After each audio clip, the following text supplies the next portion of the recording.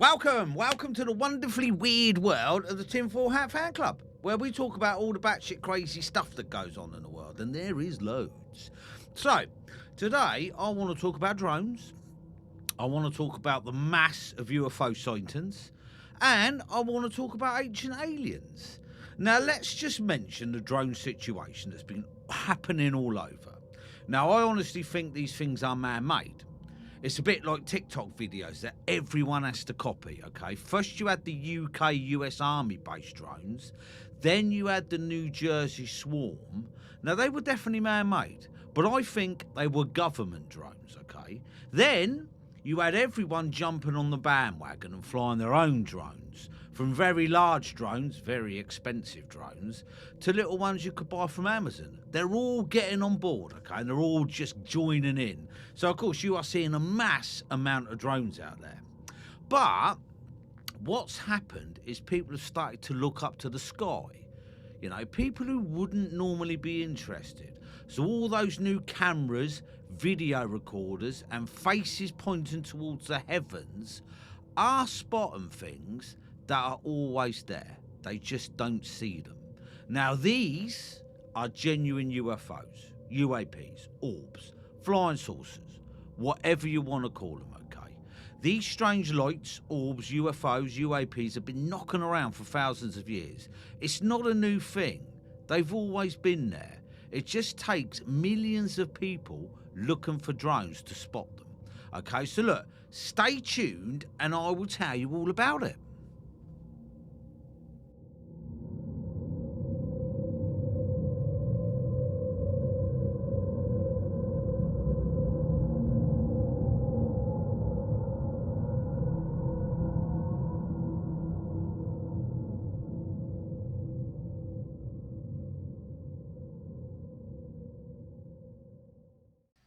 Okay, thanks for sticking around. Now, if you will indulge me, okay, I would like to start with some really old UFO sightings from around the globe to prove my point that these things have been knocking around for thousands of years, okay?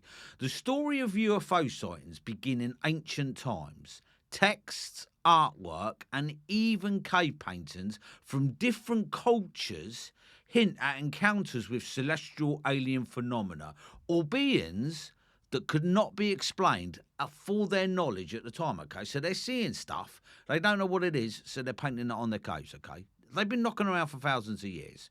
Now, perhaps one of the best recorded ancient sightings was that by Josephus in AD 70, okay? AD 70.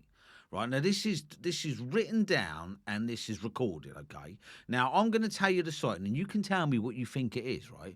Now, according to his account, a mysterious and unnerving spectacle occurred over the skies of Judea. Josephus claimed chariots and troops of soldiers in their armour were seen running about among the clouds. He would state the encounter to be a miraculous phenomenon passing belief. Now, what is also interesting about this particular recording or sighting is the awareness of Josephus that he might not be believed, he might be called a big fat liar. Okay, fortunately, there were other witnesses to the event. Now, as Josephus writes, that it would likely have been deemed a fable were it not for the narratives of eyewitnesses who had seen it as well. Now, furthermore to this story, the events had taken place around the entire country as armed battalions hurtling through the clouds were witnessed over every city. Also, great noise rained down from above, causing quakes on the ground. Roman historian Tacitus mentioned the event in his writing, stating, "In the sky appeared a vision of armies of conflict of glittering armour." Now, as crazy as it sounds, to me, it would appear that he's describing an aerial battle. Okay, now that was AD 70.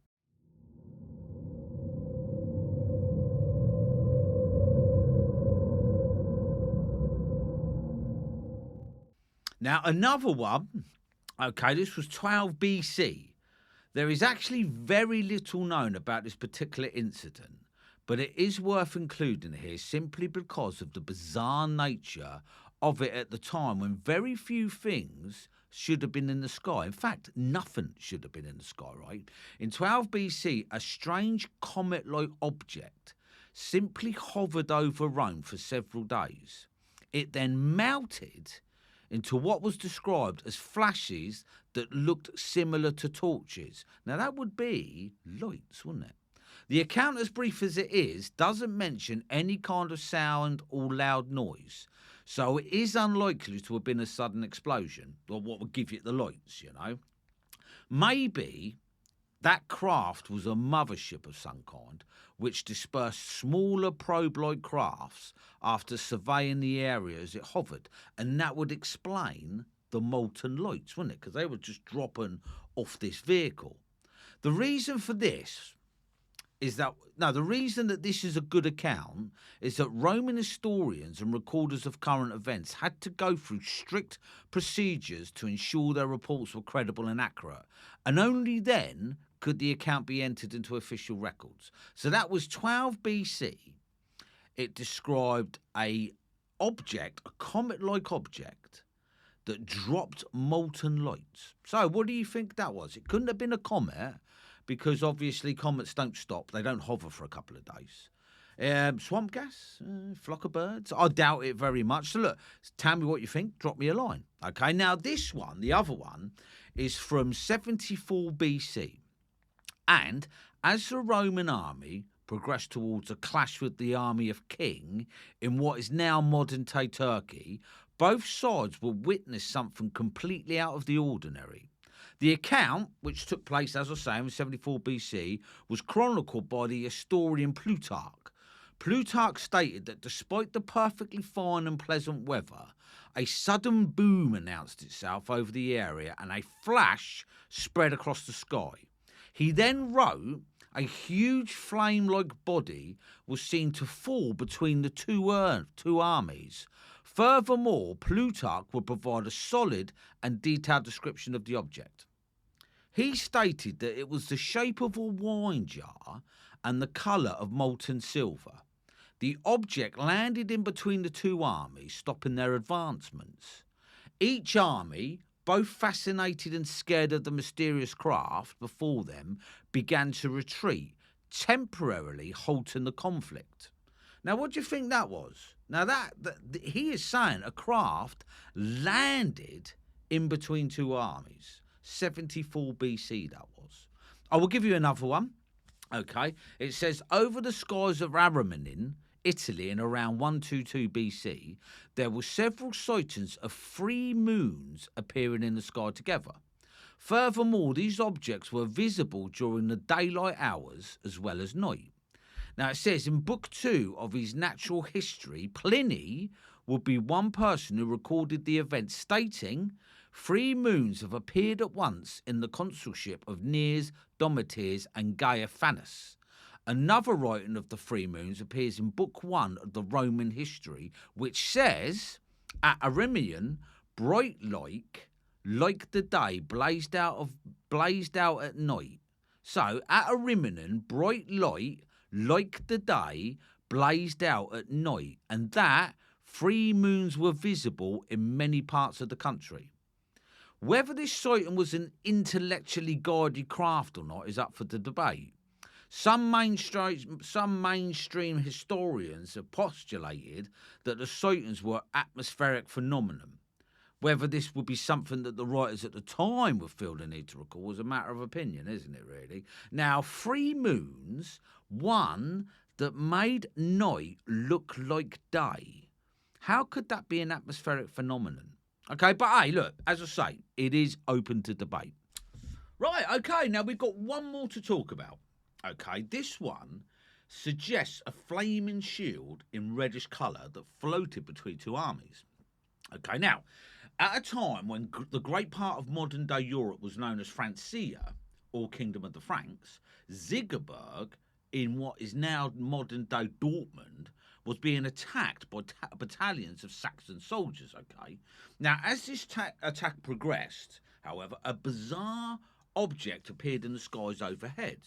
It was the likeness of two large flaming shields, reddish in colour, and appeared to remain floating in the skies above them. Okay, now look, reddish in colour would suggest maybe a meteorite, okay, but meteorites do not float above the armies. They just carry on their way, don't they? Now, so frightened was the advancing Saxon army that they immediately turned around, giving up their siege of Ziggerberg and retreated away to safety. Now, these are hardened Saxon armies, and they were so scared they retreated.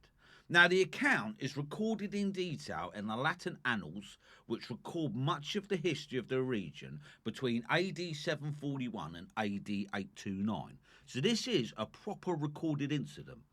Now, although the author is ultimately unknown, it is widely believed that these writers of the time will record events as they happened, which were then compiled at a later date into the finished work. Okay, but look, these sort of things, these recorded records, aren't the only thing that would suggest UFOs were around in the old days. Okay, a lot of paintings do suggest flying saucers were knocking around. Okay, and I'm going to give you a couple of examples. Okay, now the first one is called the Baptism of Christ. Okay, so the first one is called the Baptism of Christ, and I will stick it behind me. Okay, so you can clearly see it there. Okay, now if you look, there is a disc, and that disc is projecting 4 light beams. Okay, now this Baptism of Christ, which was painted by Dutch artist Urt de Geld in 1710, shows a disc-shaped object shining several beams of light towards the baptismal scene below. Now, Gaudi was a keen student of Rembrandt. Okay, now some believe that this would have given the Dutch artists access to the Vatican's art archives and their secret knowledge, so they say, of aliens and stuff. Now, as a result, many people believe that Gaudi's painting, especially this one, is cleverly conveying that secret alien knowledge to the public. Now, whether this is true or not is obviously open to debate, but 4 columns of light, rather than a single ray, would suggest that this is an actual object. Because what they're saying is basically, if it was a holy thing, and boo, and, you know, God was beaming down a light on his subjects, it would be one beam. Okay, well, look, what do you think? What do you think? Do you think that's a UFO? You know, do you think Gaudi's hinting that he saw something in the Vatican and he's going, look, this really does exist? So, look, drop me a line, tell me what you think, okay? Now, the next one, okay, is called the Crucifixion of Christ, and it's dated 1350. And you can see it behind me, right? Depicted on the wall above the altar of the Visigoth monastery in Kosovo. Most interest are the 2 flying vehicles in the corner. Okay, the pilot on the right, and I will blow it up. The pilot on the right appears to be fleeing the pilot on the left, and neither being as a halo. So they are not angels. Also, they do look a bit spaceshipy, don't they? Now, where did they get the reference for something so curvy or something so aerial in those days? As you can see, they do look a little bit egg-shaped. And if the left UFO is chasing the right UFO, would that suggest another aerial battle? Okay, well, what do you think? Okay, the Crucifixion of Christ. You know, that bloke in that craft is clearly looking over his shoulder, isn't he? Okay, well, okay, look, drop me a line. Tell me what you think, okay, because this is not the only one. The next one we're going to talk about is the miracle of snow. Okay, now I will put it behind me, and I will blow a section up there. Okay, now the miracle of snow depicts an event where it snowed in Rome in June. But perhaps this 15th century depiction has something else to say, right? The circular objects, distinct from the cloud layer, seems to have been spaced themselves over the populace as if they are responsible for this miraculous snow. Okay, now I'm going to go on a tangent here a little bit. Have you ever heard of angel hair, it's called? Okay, and sometimes it gets dispelled from UFOs, this angel hair, and I will stick a little section up for you. Okay, and it's sort of like, it lays on trees, it lays on the ground, looks a bit spiderwebby, but also looks a bit snowy. Okay, so maybe it didn't snow in Rome, it actually was angel hair from those UFOs. Okay, but look, it makes you wonder why someone would paint so many round discs in the sky, eh? Okay, just because it snowed, unless they were responsible for it. Okay, well, look, what do you think? That is the miracle of snow. Drop me a line, tell me what you think. Okay, so.